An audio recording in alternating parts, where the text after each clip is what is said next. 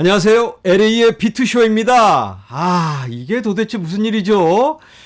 제롬 파월이 잭슨홀에서 우리들의 기대를 저버리고 이상한 소리를 하는 바람에 시장이 지금 막 흘러내리고 있는데요. 시장의 상황 잠깐 함께 살펴보도록 하겠습니다. 비트코인 현재 가격 2194달러, 그리고 이더리움은 1496. 좋지가 않습니다. 계속해서 다른 코인들까지 쭉쭉쭉 보시는 것처럼 그냥 흘러내리고 있습니다.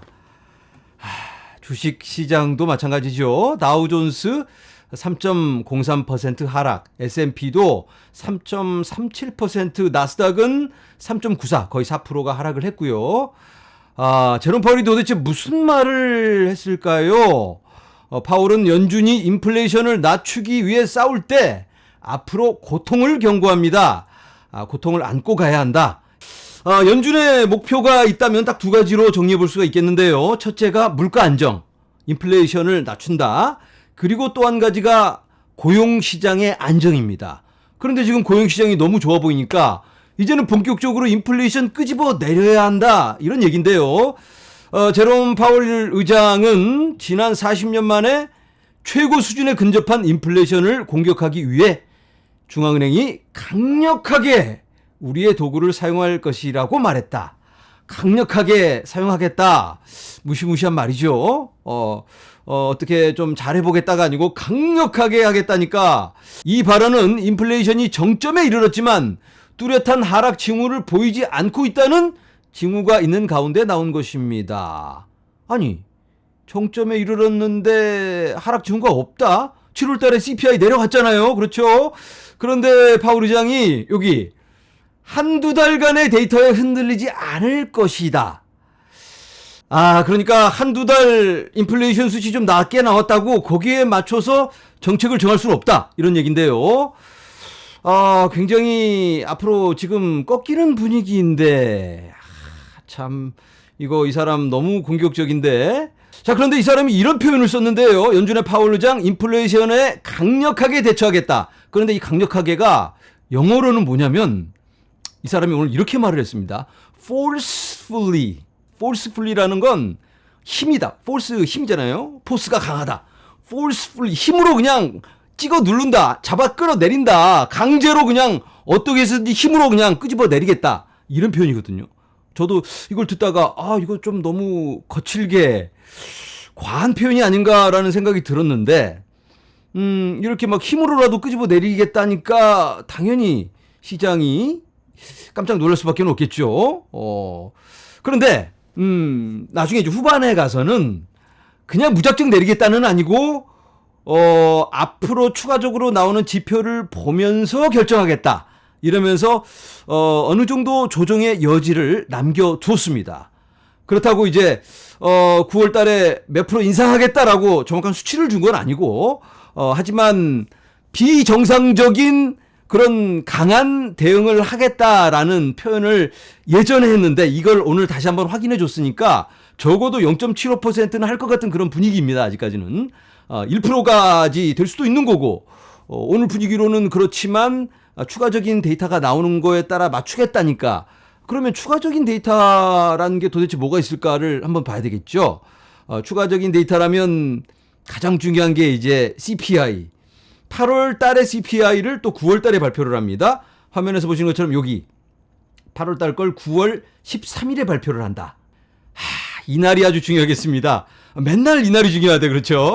중요한 날만 계속 있는데, 8월 달에 수치까지 낮게 나온다면 그러면 또 분위기가 달라질 수 있겠죠.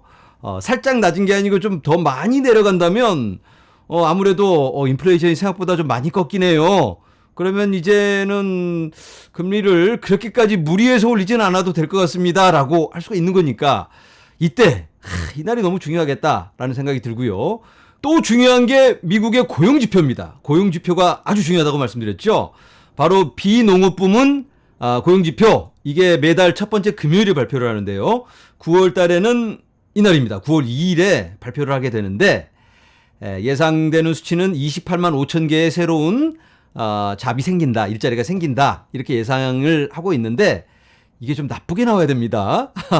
나쁘게 나와야지 고용시장이 생각보다 안 좋네. 그러면 금리 또 너무 세게 올리면 안 되겠네라는 느낌이 들게 좀 안 좋게 나오는 게 금리 정책에는 조금 유리하지 않을까, 우리 투자자들에게 유리하지 않을까라고 예상을 해볼 수가 있겠습니다. 자, 다시 인플레이션으로 돌아가서 지금 현재 인플레이션은 그럼 어떻게 될까? 실시간 인플레이션, 작년 이 시간과 비교해서 지금 현재 이 영상을 촬영하는 이 시간에 인플레이션이 9.37%입니다. 미국의 인플레이션이 CPI 말고 실제 생활의 인플레이션, 이게 체인링크가 제공하는 자료인데요. 자주 확인하고 있죠. 제 머리 위에 있는 요게 바로 인플레이션을 보여주는 기록입니다. 지난 1년간. 지금 우리가 여기 와 있는데 보시는 것처럼 8월인데 지금 여기가 굉장히 낮습니다. 여기가 6월달 굉장히 높았죠. 7월에 많이 꺾였고 8월에 쭉 빠졌습니다. 지금은 살짝 올라갔는데, 그러니까 전반적으로 8월은 많이 내려갔습니다. 7월보다. 이런 수치로 보자면 조금은 긍정적으로 볼 수 있지 않을까라는 생각이 듭니다. 자, 이제는 기대 인플레이션을 확인해 보도록 하겠습니다. 그런데 기대 인플레이션이 뭔가요? 뭐 좀 아는 소리 하는 친구가 있는데 좀 설명을 잘한 것 같아서 그 친구 설명을 한번 들어보도록 하겠습니다. 미국 국채를 사면 이자를 받게 됩니다. 국채를 딱 사면 뭐 2점 몇 프로 이자를 받아요. 그런데 인플레이션이 뭐 한 8% 되면 국채 가지고 있으면 손해입니다. 바잉 파워가 계속 사라지는 거니까 현금 가지고 있는 거랑 별 차이가 없습니다. 그래서 새로운 상품을 내놓는데 그게 바로 물가 연동 국고채라고 하는 트레저리 인플레이션 프로텍티드 시큐리티. 이게 이제 이 인플레이션에 맞춰서 이자율을 조정을 하는 겁니다. 그러니까 지금 같은 상황에서는 훨씬 높겠죠, 이자가. 그래서 이 물가 연동 국고채의 이자율과 실제 국채의 이자율 차이를 재는 게 바로 기대 인플레이션입니다. 설명 잘하네. 자, 기대 인플레이션이 지금 여기에 와 있는데 지금 과거를 돌아보면 한 3달 후에 반영되는 모습을 볼 수가 있습니다. 여기 최고점을 찍었었을 때가 3월 달입니다. 3월 달에 사람들이 기대하는 인플레이션이 앞으로 인플레이션이 많이 올라가겠네 라고 이렇게 기대를 높게 했습니다. 그랬더니 이 최고점을 찍었었죠, 이때.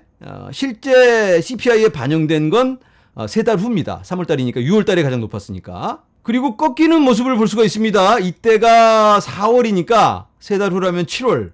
7월에 많이 꺾여서 내려갔잖아요. 그런데 더 내려갑니다. 더 5월 달에. 그러니까 이 기대로만 보자면 8월 달에 훨씬 낮게 나올 가능성이 굉장히 높다. 그리고 살짝 올라갔다가 어마어마하게 또 내려가죠. 여기가 7월이니까 7월에 굉장히 많이 낮습니다. 10월쯤에는 더 많이 내려갈 수도 있겠다. 그런데 요즘 기대 인플레이션이 또 올라가는 모습이 확인이 됩니다. 참고하시면 좋을 것 같습니다. 그리고 차마스 팔리하파티아라는 사람이 있는데 주식하시는 분들은 다 아시죠? 굉장히 유명한 투자자인데 이 사람도 이 기대 인플레이션에 굉장히 무게를 두고 시장을 분석하고 있습니다. 네, 오늘 제롬 파월의 잭슨 홀 미팅에서의 발언으로 인해서 시장이 굉장히 좋지 않은 모습을 보이고 있는데요. 앞으로 당분간은 좀 이런 불안한 장세가 이어지지 않을까라는 생각이 듭니다. 하지만 또 시장의 분위기를 바꿀 만한 요인들이 많이 있습니다. 오늘 함께 확인을 했죠.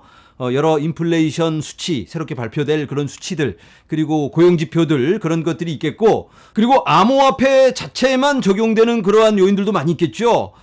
기술의 발전, 이더리움 머지가 어떻게 될 것인가, 그리고 여러 가지 프로젝트들이 어떻게 또 발전하면서 지금 보여지는 많은 불안한 상황들이 좀 정리가 된다면, 사람들의 불안한 마음을 좀 달래줄 수 있고 새로운 방향이 제시가 된다면 그리고 규제의 방향이라든지 제도화 이런 것들이 계속 우리 앞에 놓여져 있으니까 우리가 계속해서 지켜보면서 희망을 갖고 나아가면 좋을 것 같습니다. 오늘은 여기서 인사드립니다. 여러분 감사합니다.